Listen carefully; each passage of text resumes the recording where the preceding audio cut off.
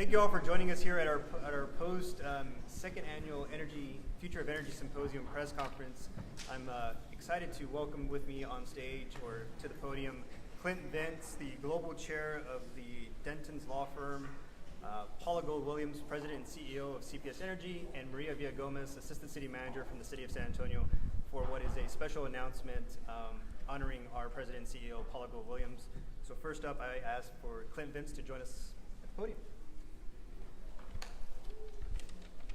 Thank you so much, Jonathan. I'm honored to be here today. The Denton's law firm has created what I think is the first law firm think tank dealing with smart cities. We have a lot of national figures that are coming in to assist us with that, but I'm very happy to announce that Paula Gold-Williams will be our energy industry co-chair, together with former Secretary of Energy Ernest Moniz. So Dr. Moniz and your own Paula Gold-Williams, CEO of CPS Energy, will be our industry co-chairs. In terms of smart cities, what we're really striving to do is take a city like San Antonio and integrate all of the essential services, but modernize the infrastructure delivery system for those services, both the digital infrastructure and the physical infrastructure, so that your citizens will have much more efficient services at a lower cost, less duplication among the different providers, and become a really exciting city, not just for everyone that lives here now, but a city that can attract new professionals to come in and want to be part of this great development. Thank you, Jonathan. Well, San Antonio deserves the ability to create its own structure and profile of how we want to be a smart city. And in fact, you can't find a definition anywhere. I am honored to join the Denton's think tank group.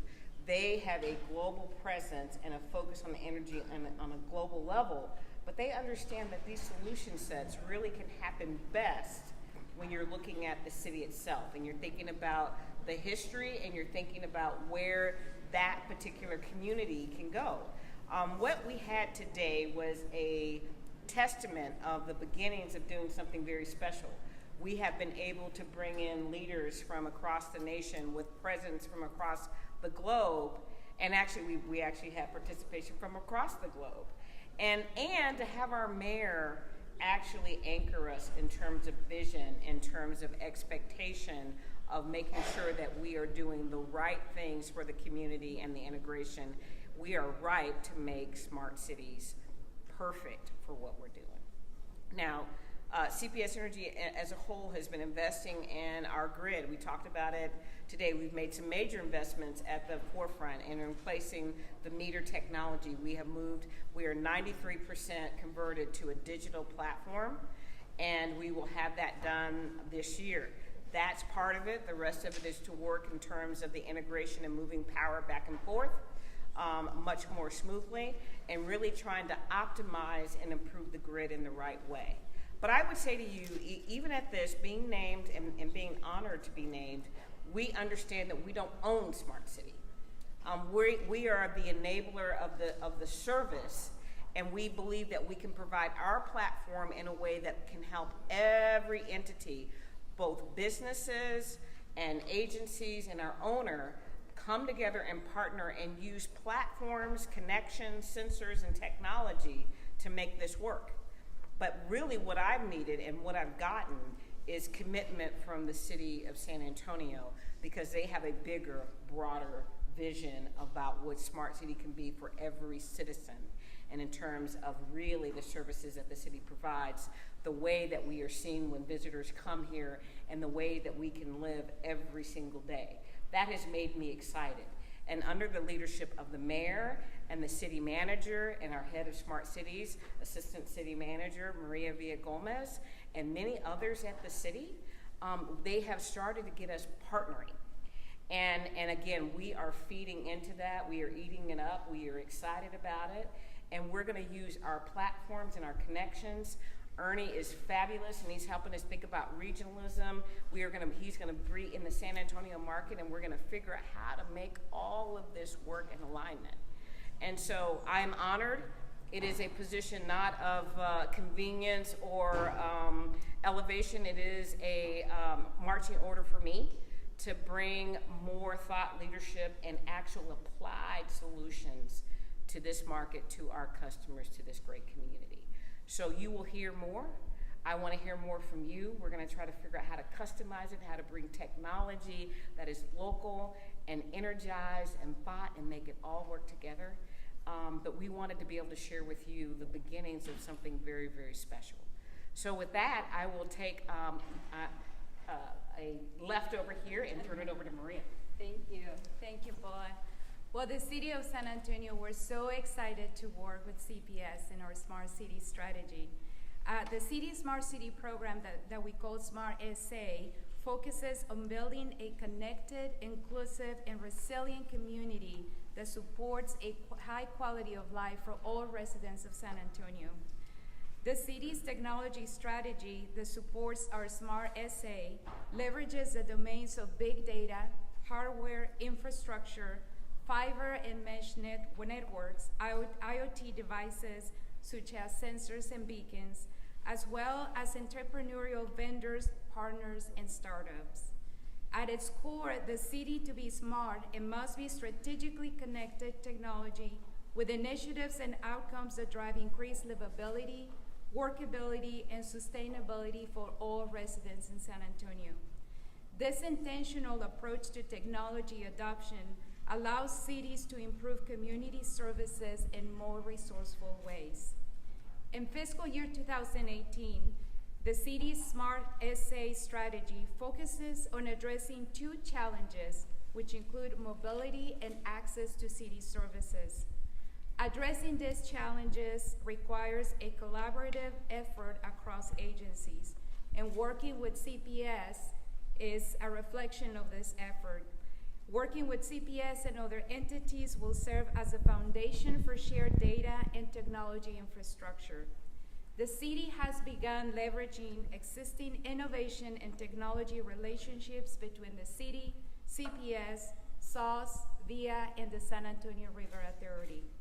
The team continues to reach out to others, including Bexar County and the Bexar Appraisal District, for their involvement. Our goal for this year for our Smart SA program is to encourage interagency collaboration to further San Antonio's vision of becoming a connected, inclusive, and resilient community that supports a high quality of life for all San Antonio residents. Thank you.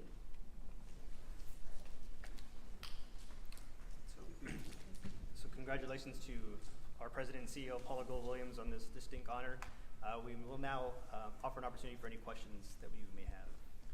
I'm just curious, when you're talking about the 2018 challenges that you want to address about mobility and access to services, what are those challenges and what concrete steps will you be taking to address those? And that's an excellent question. Actually, the mayor created an Innovation and Technology Council Committee. Today at 1:30 is our first meeting at the media briefing room at City Hall. And some of the things that we are going to be discussing with this committee, who's chaired by Manny Pelaez, City Council member of District 8, is to give them an update of our Smart SA vision and those projects that we're working on. One of those new areas that we're considering is what we call innovation zones. We are recommending certain areas of the city that we can test technology before we implement it citywide. Another aspect that we're working on is sharing data with organizations like SOS and CPS and VIA. All of us are serving the same customer base, so it is important for us to share that data so we can better provide those services to the community. So that is in terms of our access to services. And in terms of mobility, we are providing the City Council today, or the City Council Committee, with an update on what we call a Smart SA, and also our SA Trip project. and also an early conversation on autonomous vehicles and what we can do in San Antonio to bring that kind of technology.